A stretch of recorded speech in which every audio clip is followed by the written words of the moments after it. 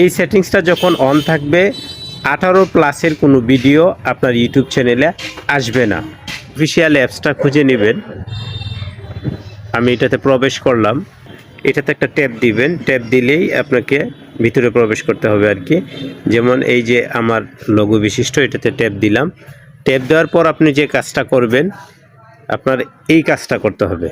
এখানে যে এই যে একটা লোগো দেখতেছেন, সেটিংসের লোগো, আমি ঠিক চিহ্ন দিয়ে যেটা রাখছি আর কি, এটাতে আপনি প্রবেশ করবেন আর কি। পরবর্তী যে ধাপটা আপনার, এটা হচ্ছে আপনি এটাতে একটা ট্যাপ দিবেন।